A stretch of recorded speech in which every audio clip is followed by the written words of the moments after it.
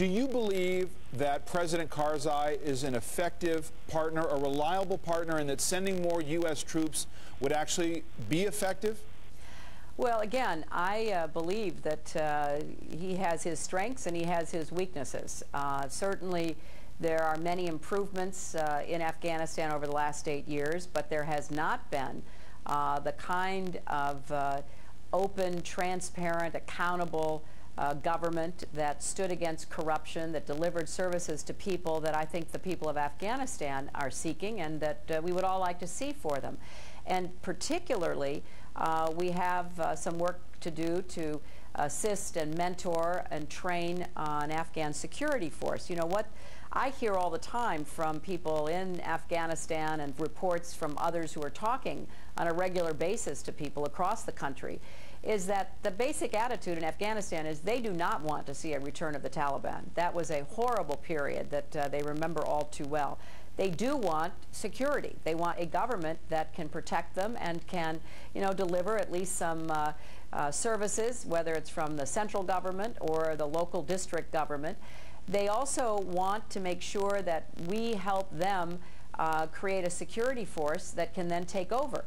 You know, as one person memorably said, look, we want your help to enable us to defend ourselves, and then we want you to go. Well, that's a pretty good summary of what we want to do.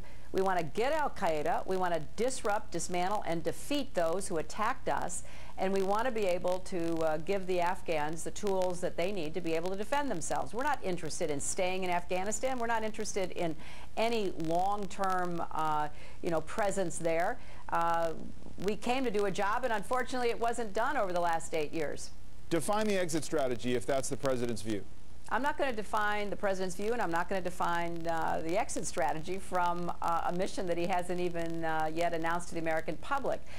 And I guess I would just put this in a larger context with making these points, David. Number one, I have traveled consistently for the last 9 months. I think I've been in more than 40 countries. I've met with countless leaders. I've done a lot of public diplomacy, getting out there, listening to people. I don't think I can overstate how damaged our country was in the eyes of people around the world when President Obama took office.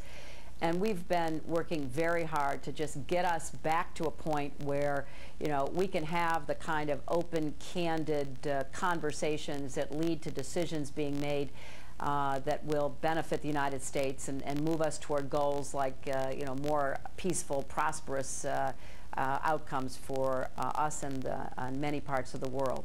Secondly, I think it's important to underscore that we see the fight against al-Qaeda and the syndicate of terror in the security interests of the United States. I think that kind of got lost the last 8 years with a lot of talk about how it wasn't important to get bin Laden, that, you know, we were there for some other reason. No, it's critical to get those who attacked us. That is what we are there for. And what we are trying to do is to assess the best way forward so that we can go anywhere in the United States and anywhere in the world and say the same thing. You have to understand that we believe this syndicate of terror is a threat, not just to the United States and our friends and allies, but to Pakistan, Afghanistan, and many others. Let me turn to the issue of China, where you and the president head next. The lead of a New York Times story out this morning about the president's visit there says this: when President Obama visits China for the first time on Sunday, he will in many ways be assuming the role of profligate spender coming to pay his respects to his banker. With that as the backdrop, with China holding so much U.S. debt, $2 trillion worth, what is your assessment of U.S.-China relations?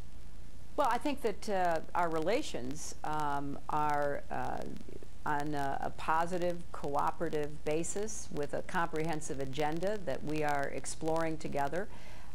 Secretary Geithner and I co-chair the Strategic and Economic Dialogue that we started this year, because we didn't want to just have an economic dialogue. We wanted to have a much more comprehensive engagement.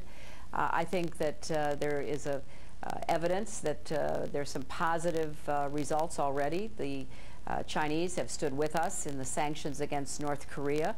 The Chinese are part of the P5+1 effort to try to engage Iran on its nuclear program. We are seeing signs of, a cooperative relationship. Now, let me go, though, to the premise of your question. When I ran for president, I started saying all the time, that in effect, we were ceding our fiscal sovereignty and that China was our banker. So it's not news that that's going to be in the papers on the eve of our visit to China. We have to get back to fiscal responsibility.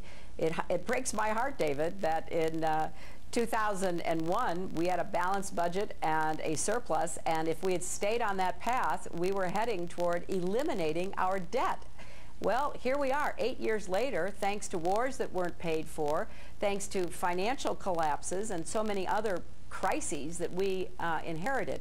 But the president understands clearly that we have to get back some control over time of our fiscal sovereignty.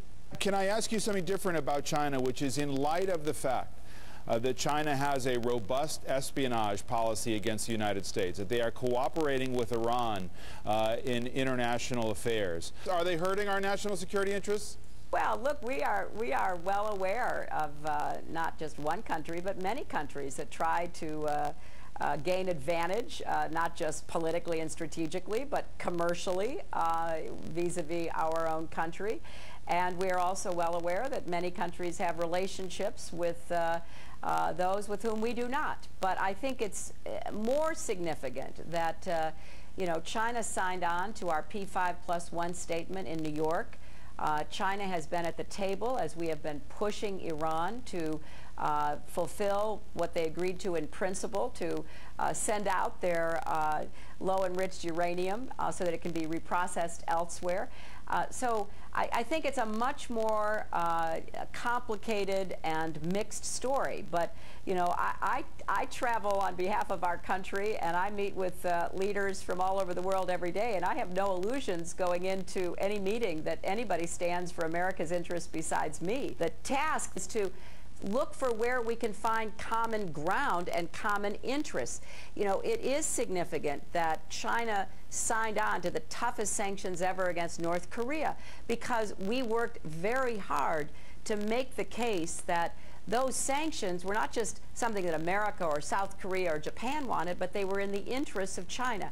Similarly, in my conversations with Chinese leaders, I make it very clear that a nuclear-armed Iran will destabilize the region that produces the oil and the gas that China desperately needs and for which they have contracts. So why wouldn't we try to stabilize the region by preventing Iran from obtaining nuclear weapons in the first place?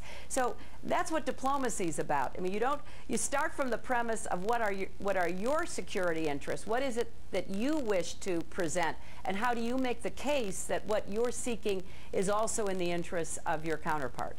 Before I let you go, whenever I get a chance to talk to you, I'd like to ask you about a little bit of politics. And I know you're over there in Singapore. I'm out of politics, you may not have heard. David, I'm out of politics. You may not have heard, but Sarah Palin has a new book out. And in it, she writes this: should Secretary Clinton and I ever sit down over a cup of coffee, I know that we would fundamentally disagree on many issues, but my hat is off to her hard work on the 2008 campaign trail.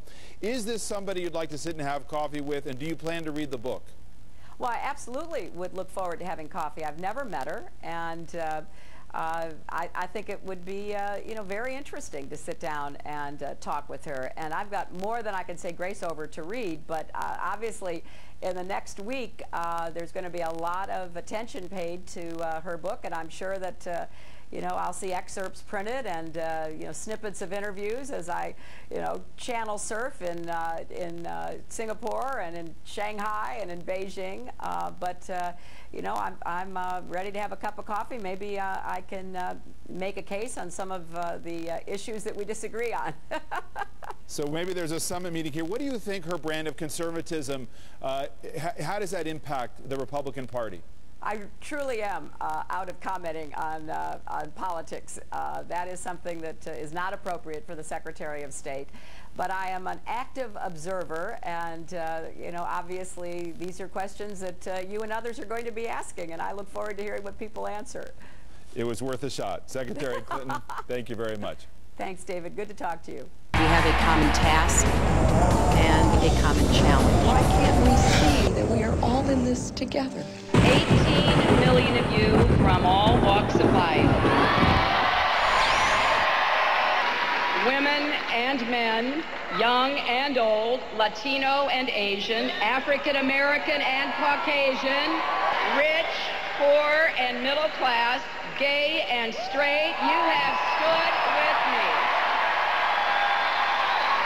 And I will continue to stand strong with you every time, every place, and every way that I can.